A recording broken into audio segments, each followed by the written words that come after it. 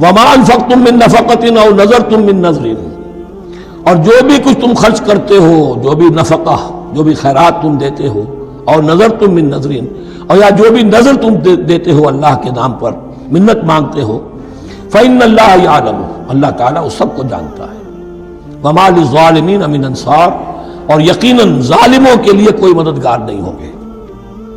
ان تبدوا الصدقات فنعما ہی، صدقات کو تو اگر تم کھل کر اعلانیہ دو تب بھی ٹھیک ہے، اور خاص طور پر زکوٰۃ کا تو معاملہ اعلانیہ ہے ہی ہے۔ ان تبدوا الصدقات، ظاہر کرو، برملا اعلانیہ دو تو بھی ٹھیک ہے، کم سے کم فقراء کا حق تو پہنچ گیا، کسی کی ضرورت تو پوری ہو گئی۔ وَإِن تُخْفُوهَا، لیکن اگر تم انہیں چھپاؤ، اب یہ ہوگا صدقات نافلہ کے لیے۔ ایک جو صدقات جو ہے کہ جو لازماً دینے ہیں واجبہ، ان کو تو ان کے لیے اخفاء نہیں ہے، کہ دین کی حکمت کو ذہن میں رکھیے، فرض عبادات اعلانیہ ادا کی جائیں گی۔ یہ وسوسہ بھی شیطان بہت سے لوگوں کے دلوں میں ڈال دیتا ہے کہ کیا 5 وقت جا کے مسجد میں نماز پڑھنی ہے، لوگوں پر اپنے تقویٰ کا روب گھانٹنا چاہتے ہو، گھر میں پڑھ لیا کرو۔ یا داڑھی رکھو گے، کیا چاہتے ہو؟ تم چاہتے ہو کہ لوگ تمہیں سمجھے متقی ہے تو میں اس لیے داڑھی نہیں رکھتا، یہ ہوتا ہے وسوسہ۔ لیکن جو چیز واجب ہے وہ علیہ اعلان کرو، اس کے اظہار میں کوئی رکاوٹ نہیں۔ ہاں جو صدقات نافلہ ہیں، جو نماز نفل ہے، اسے چھپا کر کرو، اس کا اظہار بہت بڑا فتنہ ہوتا ہے، نفل عبادت کا اظہار بہت بڑا فتنہ ہے۔ وَإِن تُخْفُوهَا، اگر چھپاؤ، وَتُؤْتُوهَا الْفُقَرَاءَ، اور تم وہ ضرورت مندوں کو دے دو، فَهُوَ خَيْرٌ لَكُمْ، وہ تمہارے لیے بہت بہتر ہے۔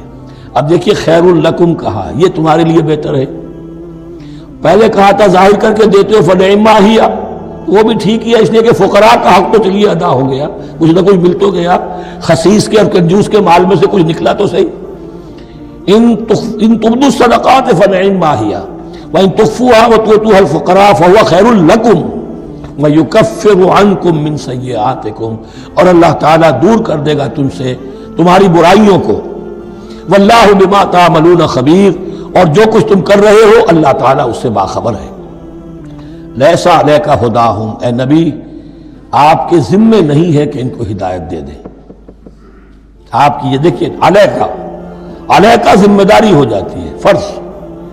لام لکا یہ ہو جاتا ہے کسی کے حق میں۔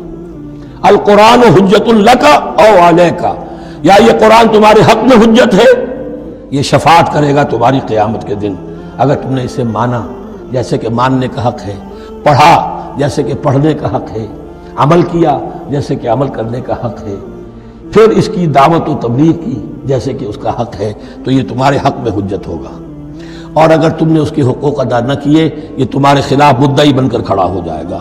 القرآن حجت لکا او علیکا، یہ تم پر آئے گا وبال۔